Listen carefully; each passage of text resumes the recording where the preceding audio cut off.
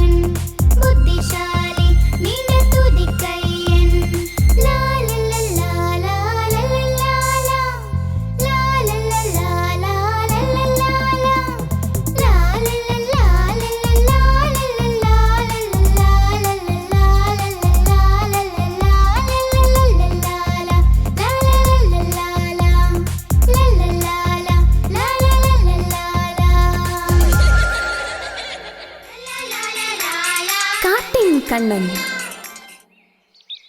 அன்புள்ள நண்பர்களே, உங்க எல்லாருக்கும் வணக்கம்.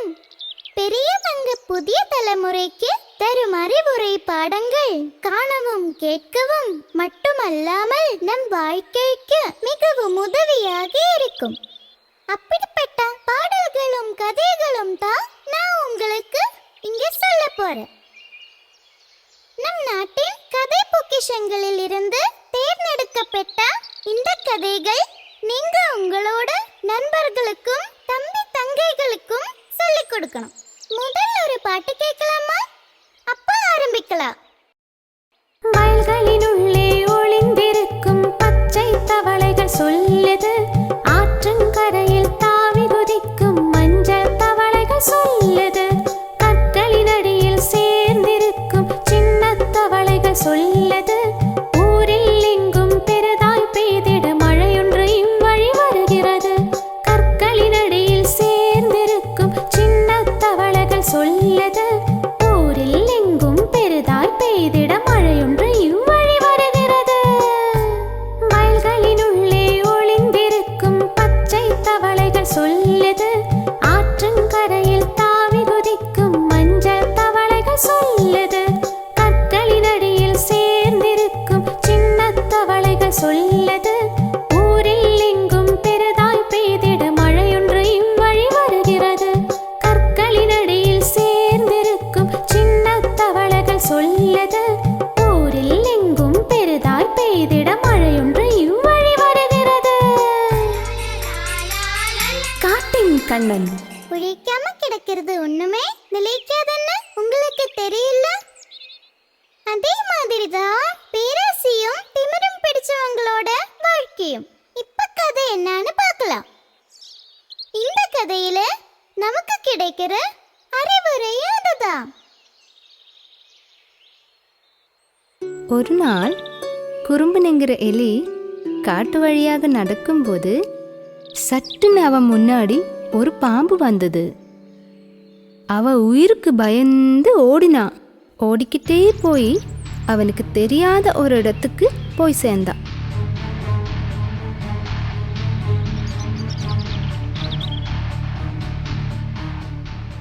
இந்த நேரம் அவ சங்கடத்தோட கடவுள்கிட்ட வேண்ட ஆரம்பிச்சா. கடவுளே, இந்த பாம்பு கிட்ட இருந்து தப்பிக்கிறதுக்கு எனக்கு ஏதாவது ஒரு வரம் கொடுங்களே. இந்த நேரம் என்னமோ பளபளன்னு மின்றது அவ கண்ணில் பட்டது. அவ அது பார்த்ததுமே அது ஒரு அபூர்வமான கல்லுன்னு புரிஞ்சுக்கிட்டான். குறும்ப மெதுவா மின்ற அந்த கல்லு பக்கத்துல போனா. அப்போது அந்த கல்லில் இருந்து ஒரு சத்தம் வந்தது. நண்பா, நீங்க என்ன கழுத்துல மாட்டிக்கிட்டா உங்களுக்கு எந்த உருவமாக மாறணுமோ அதற்கு நான் உதவி செய்வேன். ஏ, சத்தியமாவா? அப்படின்னா உங்களை என் கழுத்துல மாட்டிக்கிறேன். குறும்ப ரொம்ப சந்தோஷமா அந்த கல்லை கழுத்துல மாட்டிக்கிட்டான். அப்போது அந்த கல்லு சொன்னது, இனிமே நீங்க உங்களோட ஆசை என்னன்னு சொல்லுங்க. நிறைய பாம்புங்க என்ன தொந்தரவு பண்ணுது. அவங்க கிட்ட இருந்து தப்பிக்கிறதுக்கு என்னை ஒரு கீரியா மாத்துங்களே. அற்புத மாந்திரிக கல்ல என்ன ஒரு கீரியா மாத்து அப்படின்னு சத்தமா தப்பில்லாம சொல்லுங்க. கல்லு சொன்னது கேட்டு குறும்ப சத்தமா சொன்னான், அற்புத மாந்திரிக கல்ல என்னை ஒரு கீரியா மாத்து.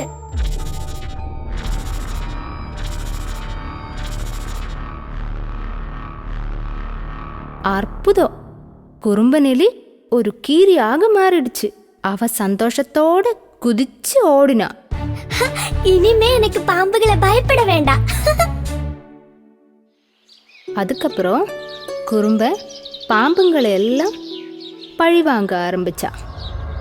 ஒவ்வொரு பாம்பா கொன்னு தின்ன ஆரம்பிச்சா.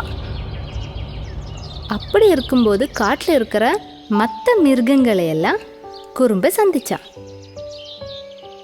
யானா மானெல்லாம் கீரியா மாறின குறும்ப நெல்லிய மதிக்காம போனது அவனுக்கு ரொம்ப கோவத்தை வர வச்சுது.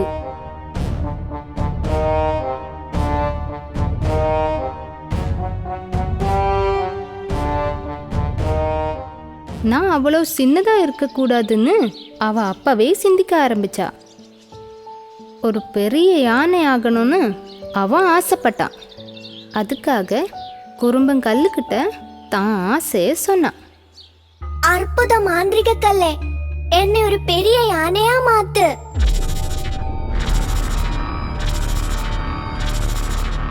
அடுத்த நிமிஷமே குறும்ப ஒரு பெரிய யானையா மாறினான். ஆனா சீக்கிரமாவே அவனுக்கு இந்த உருவத்திலேயும் பாதுகாப்பா இருக்க முடியாதுன்னு புரிஞ்சது. காரணம், அந்த காட்டுக்கு ஒரு கொடுமையான புலி வந்து சேர்ந்தது. யானையும் ஆனையும் எல்லாம் அந்த புலி வேட்டையாட ஆரம்பிக்க குறும்ப எலி திரும்பவும் தான் உருவத்தை மாத்த ஆசைப்பட்டா. இந்த வாட்டி ஒரு புலியாகத்தான் குறும்ப ஆசைப்பட்டா. அதுக்காக அவ என்ன செஞ்சான் தெரியுமா? அவ மந்திரக்கல்லுக்கிட்ட அவனுக்கு சொல்ல வேண்டியதை சத்தமா சொன்னான். அற்புதம் மந்திரக்கல்லு, என்ன ஒரு புலியாக மாத்து.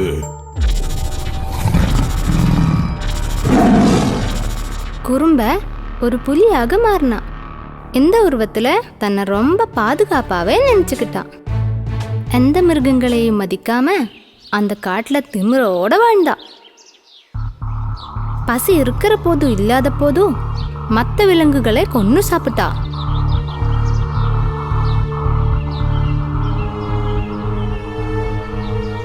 அப்படி இருக்கும்போது ஒரு துறவி குரங்கு அந்த காட்டுக்கு வந்தது. அந்த குரங்கு நல்ல குணமும் புத்திசாலியும் கூட.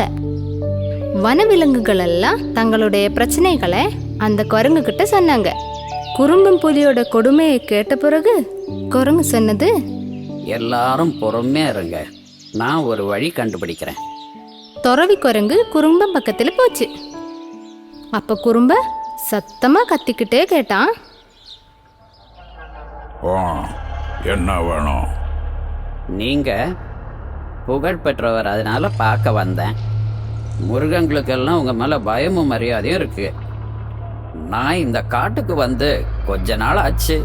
ஆனா எனக்கு இது வரைக்கும் சாப்பாடு ஒன்றும் கிடைக்கல. பக்கத்துல பழம் இருக்கிற மரம் ஒண்ணு கூட இல்ல.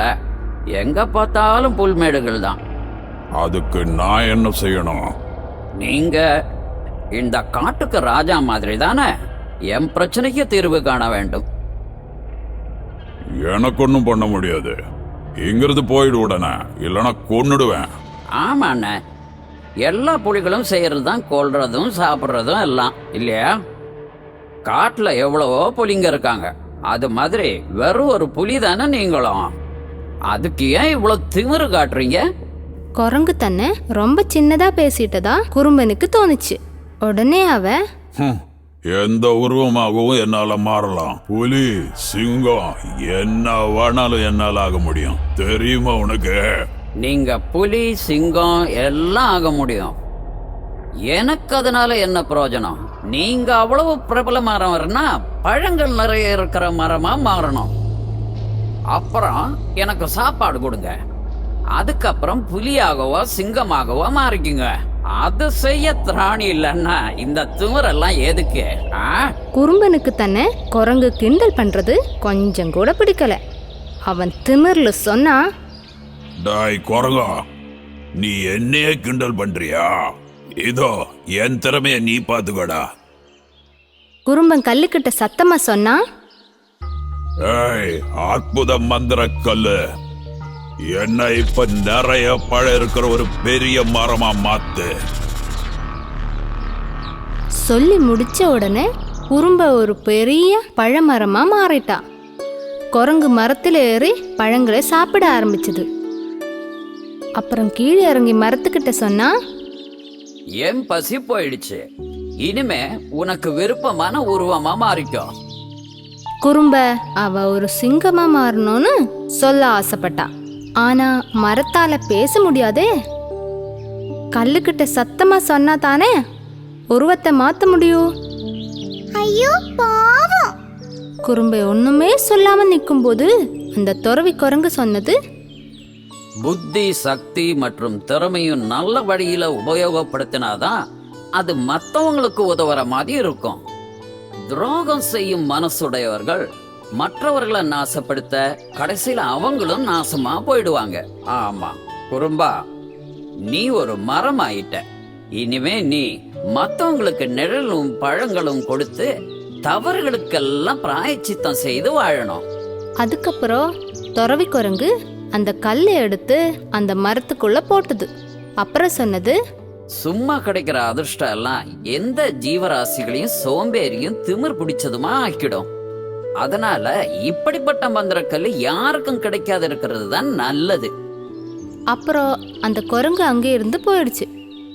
குறும்ப ரொம்ப கால வருத்தத்தோட மரமாகவே வாழ்ந்தா. கண்ணா, எப்படி இருந்தது கதை? நல்ல கதை. சரி கண்ணா, நமக்கு போலாமா?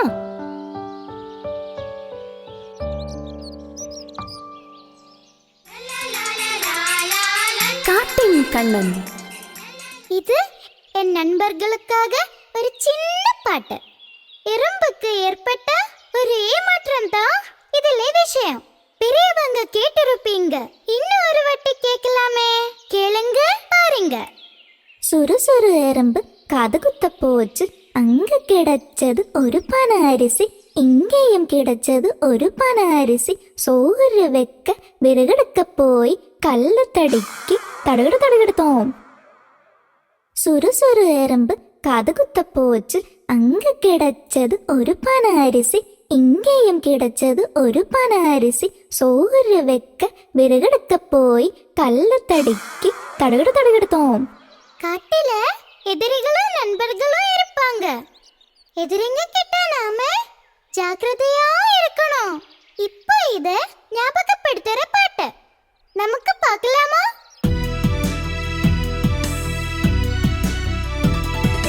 சின்ன குளத்திலே துள்ளி குதிக்கிற தங்க மீன்களை கேளுங்க. நீண்ட மூக்குடன் காத்திருக்குது கழுத்து நீண்ட கொக்குகள். சின்ன சின்ன குளத்திலே துள்ளி குதிக்கிற தங்க மீன்களை கேளுங்க, நீண்ட மூக்குடன் காத்திருக்குது கழுத்து நீண்ட கொக்குகள். நீண்ட மூக்குடன் காத்திருக்கிற கொக்குகளே கேளுங்க, பாய்ந்து பிடிக்க காத்திருக்குது காட்டிலுள்ள குறுநரிகள். நீண்ட மூக்குடன் காத்திருக்கிற கொக்குகளே கேளுங்க, பாய்ந்து பிடிக்க காத்திருக்குது காட்டிலுள்ள குறுநரிகள். பாய்ந்து பிடிக்க காத்திருக்கிற குறுநரிகளை கேளுங்க, உங்களை குத்த காத்திருக்குது மரத்திலுள்ள தேனீகள். பாய்ந்து பிடிக்க காத்திருக்கிற குறுநரிகளை கேளுங்க, உங்களை குத்த காத்திருக்குது மரத்திலுள்ள தேனீகள்.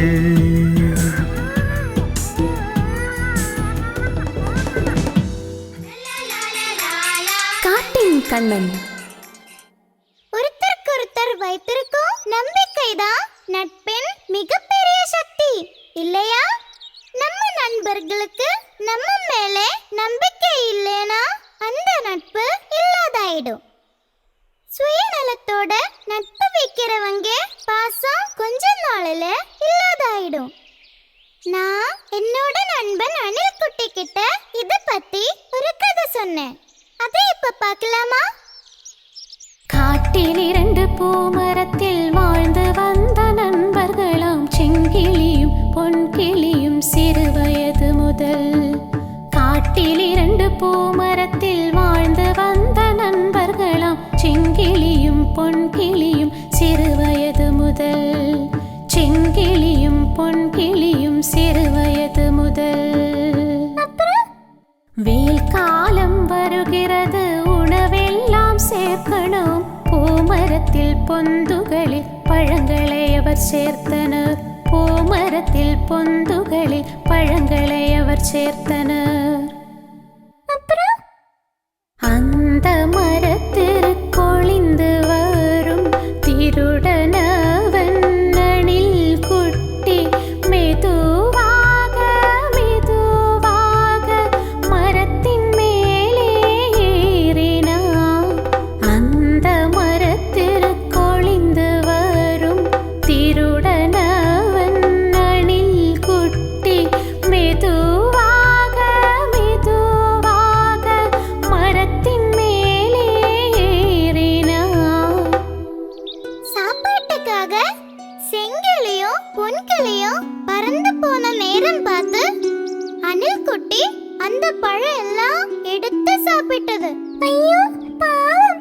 அப்புறம் சொல்லு கண்ணா.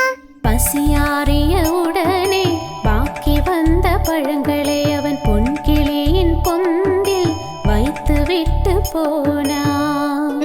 அப்புறம் ஏய், உன்னோட பழம் எல்லாம் அந்த பொன்கிளி வந்து சாப்பிட்டு போச்சு. பாக்கி அவ கூட்டுல வச்சிருக்கா, போய் பாரு. நம்பிக்கை இல்லாம செங்கிலி அதோட கூட்டுக்கு போய் பார்த்தது. ஒரு பழம் கூட இல்ல. அப்புறம் பொன்கிளியோட கூட்டுக்கு போய் பார்த்தது. அப்ப அவ கண்ட காட்சி தன்னோட பழம் அங்க இருக்கு.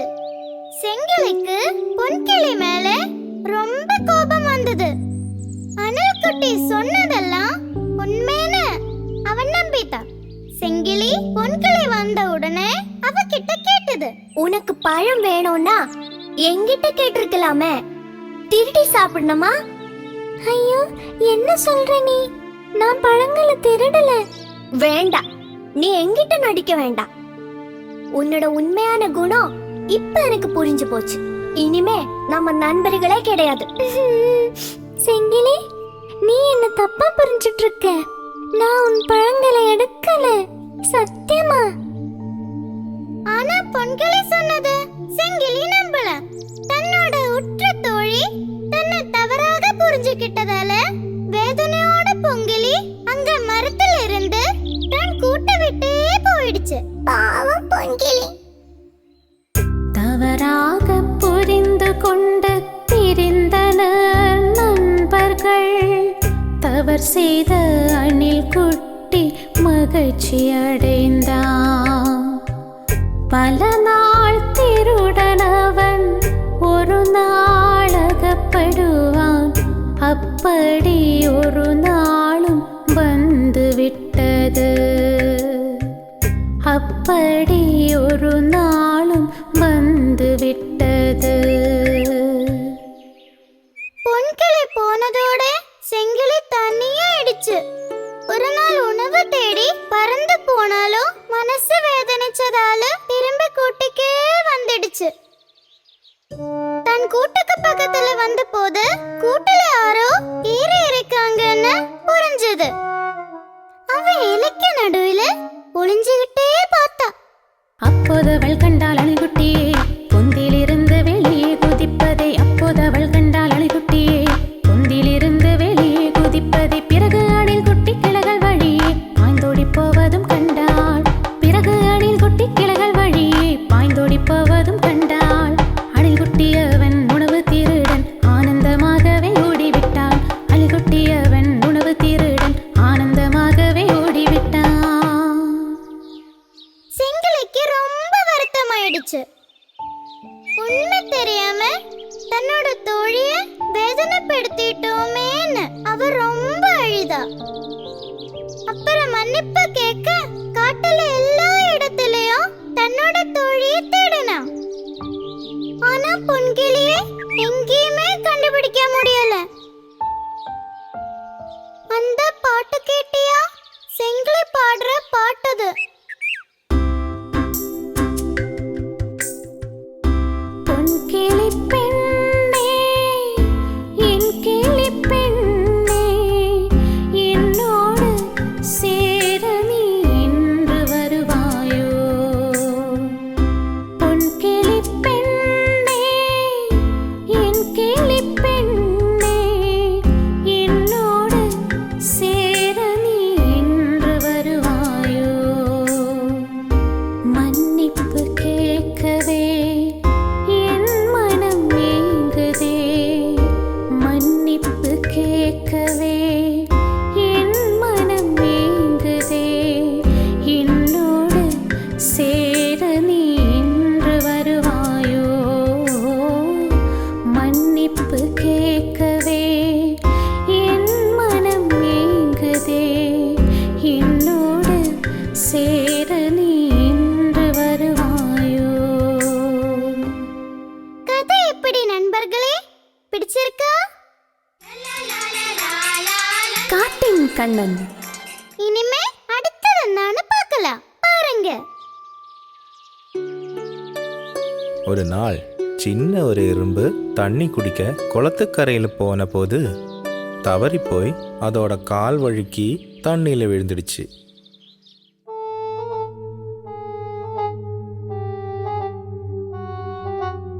எவ்வளவு முயற்சி பண்ணியும் நீந்தி கரை சேர அவனால முடியல. கால் கையெல்லாம் சோர்ந்து போச்சு.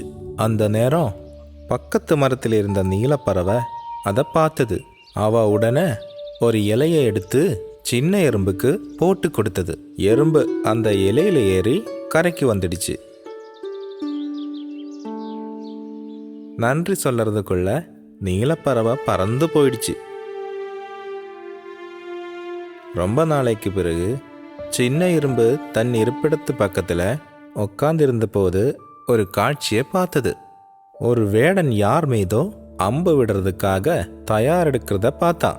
எறும்பு நடுக்கத்தோட மறுபக்கம் பார்க்க அங்க நீலப்பறவை ஒரு மரத்துல இது ஒன்றும் தெரியாம வேற எங்கேயோ பார்த்துக்கிட்டு உட்கார்ந்துருக்கிறத பார்த்தான்.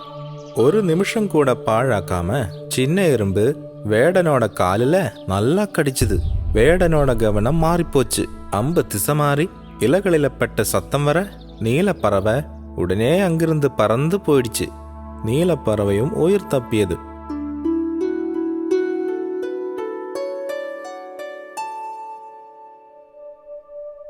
வேடன் போன பிறகு நீலப்பறவை திரும்பி வந்தது. அவ அங்க சின்ன எறும்பை பார்த்துட்டா. தன்னோட உயிரை காப்பாத்தினது சின்ன எறும்பு தான்னு அவ புரிஞ்சுக்கிட்டா. அதுக்கப்புறம் 2 பேரும் நல்ல நண்பர்களா வாழ்ந்தாங்க. இந்த கதையில இருந்து நாம புரிஞ்சுக்க வேண்டியது என்ன சொல்லட்டுமா? நாம செய்யற நன்மையின் பயன் நமக்கு என்னைக்காவது ஒரு நாள் திரும்ப கிடைக்கும். அது மட்டும் அல்ல, ஒரு சின்ன உயிருக்கு கூட நம்மளை ஆபத்திலிருந்து காப்பாற்ற முடியும். புரிஞ்சுதா? அடுத்தது நல்ல ஒரு பாட்டு கேட்கலாமா? என்னோட நல்ல நண்பர்களான சின்ன கிளியும் குட்டி எலியும் எப்படி நட்பா இருக்காங்கன்னு நமக்கு பார்க்கலாம். குட்டி எலி பொந்தில் என்ன விசேஷம்? சின்ன கிளி அங்கு நல்ல விசேஷம்தான். குட்டி எலி துணைக்கு யாரு பொந்தில? சின்ன கிளி துணைக்கு பொந்தில யாரும் இல்ல. துணைக்கு நான் வந்தால எனக்கு என்ன தருவாய் நீ? காய்கனிகளும் கிழங்கும் நான் உனக்காக தந்திடுவேன். கண்டிப்பா நல்லொரு நாள் வந்திடுவேன் உன்னருகில். போய் வருகிறேன் என்று நான் காத்திருப்பாய் நண்பா நீ. போய் வருவாய் என் கிளியே, காத்திருப்பேன் இங்கு நானும். போய் வருவாய் என் கிளியே, காத்திருப்பேன் இங்கு நானும். போய் வருவாய் என் கிளியே, காத்திருப்பேன் இங்கு நானும். காட்டின் கண்ணன். நண்பர்களே, அடுத்தது மீண்டும் ஒரு நல்ல பாட்டு கேட்கலாம்.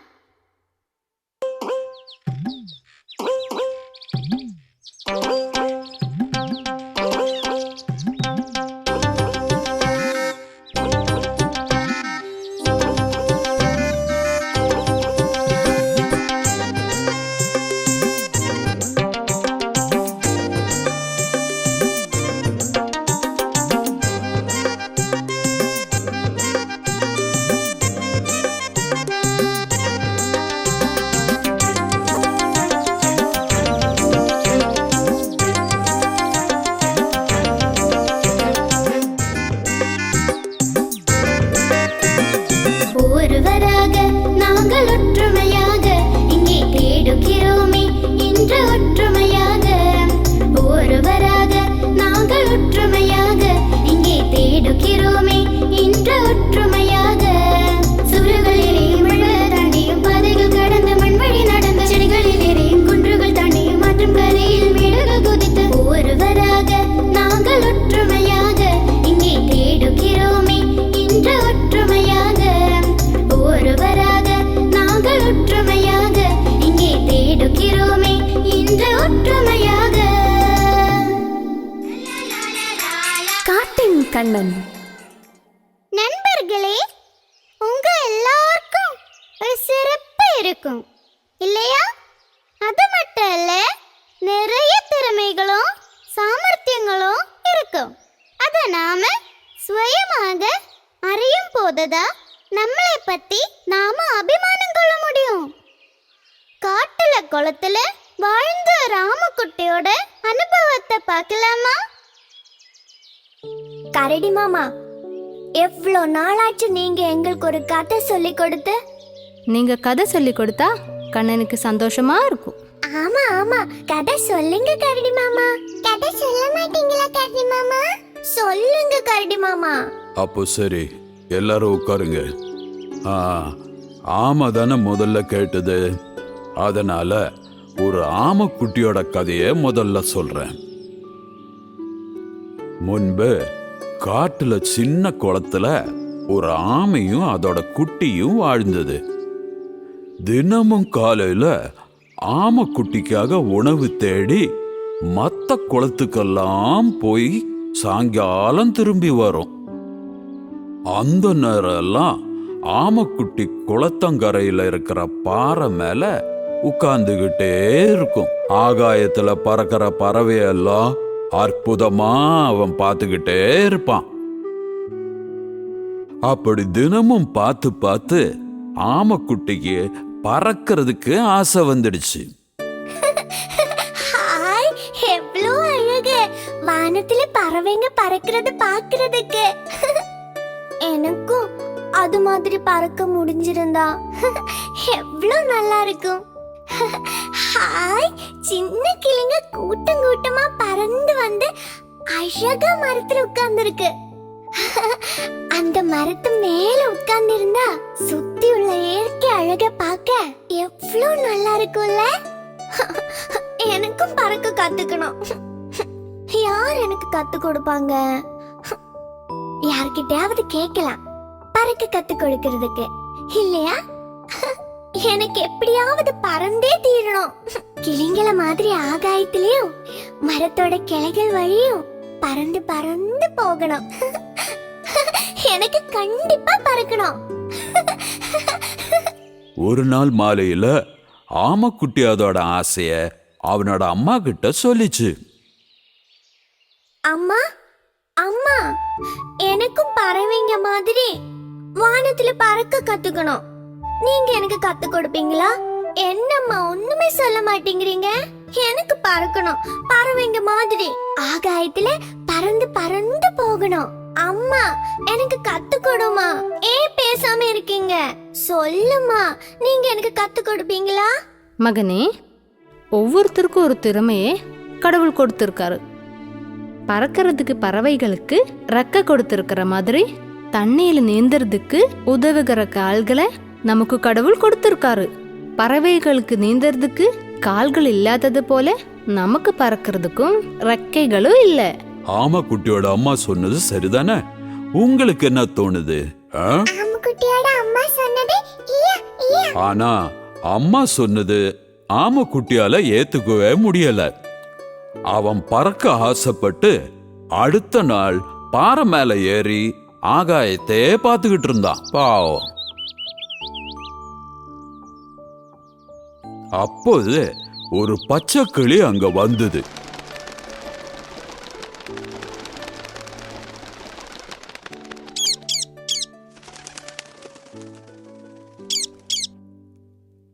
ஆமக்குட்டி ஆசையா அந்த பச்சை கிளி கிட்ட கேட்டது, பச்சை கிளியே சொல்ல சொல்ல என்னன்பா, ஆகாயத்தில் பறந்து செல்ல எப்படி உன்னால் முடிகிறது?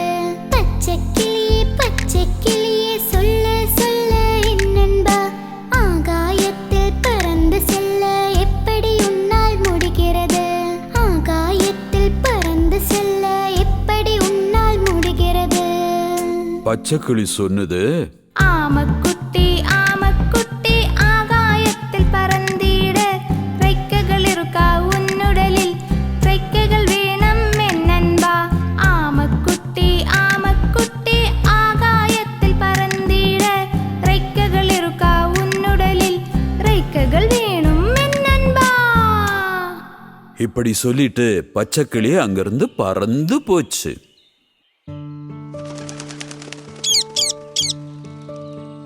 ஆமக்குட்டிக்கு அப்ப கூட நம்பிக்கை வரல. அவன் ஆகாயத்தை பார்த்து பறக்கிற ஆசையில பாறை மேலே உட்கார்ந்துருந்தான். கொஞ்ச நேரம் கழிச்சு ஒரு சிட்டுக்குருவி பறந்து வர்றத ஆமக்குட்டி பார்த்தது.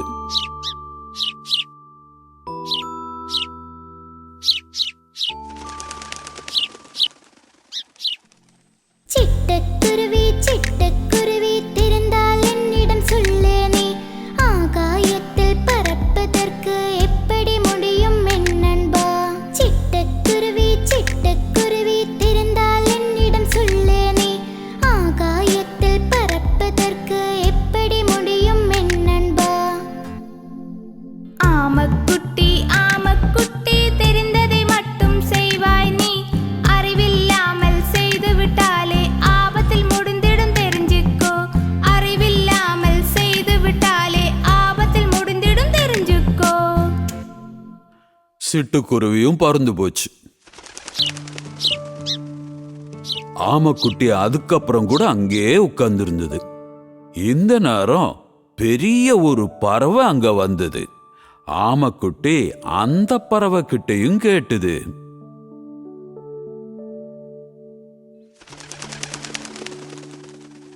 சொல்லு சொல்லு பறவை அக்கா, மேலே பறக்க என்ன வழி?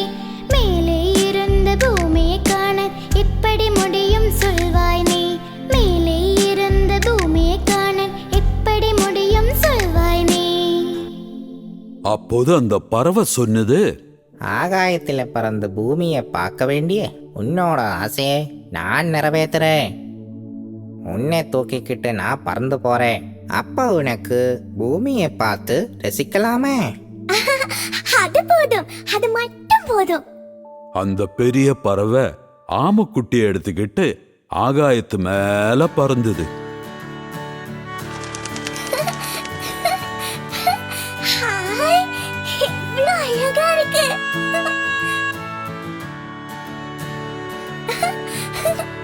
ஹாய், அழகா இருக்கு.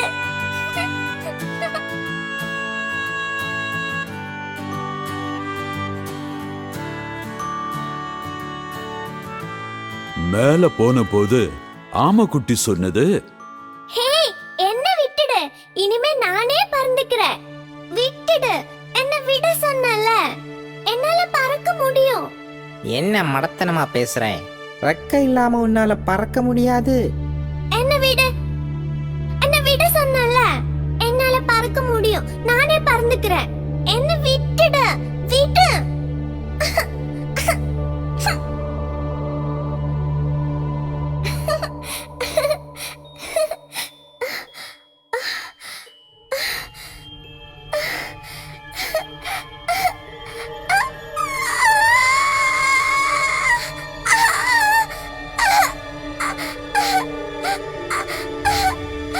அம்மா! ஐயோ!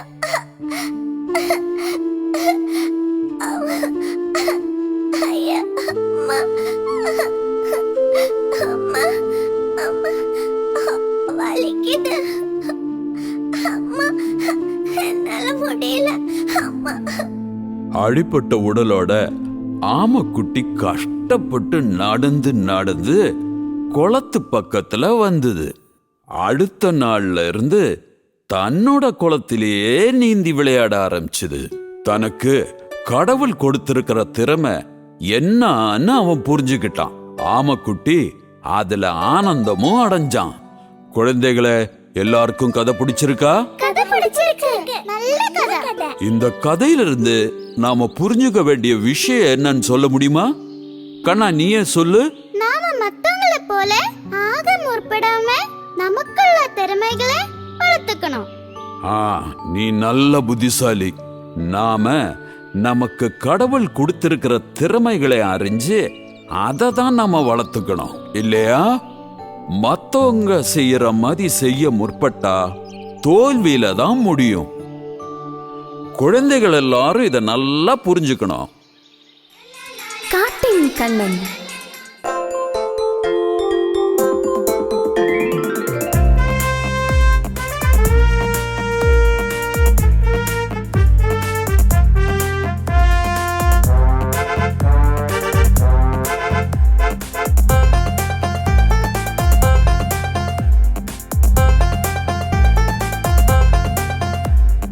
கண்மணி தானே கண்ணன் தானே சுட்டி குட்டி தானே குறும்பு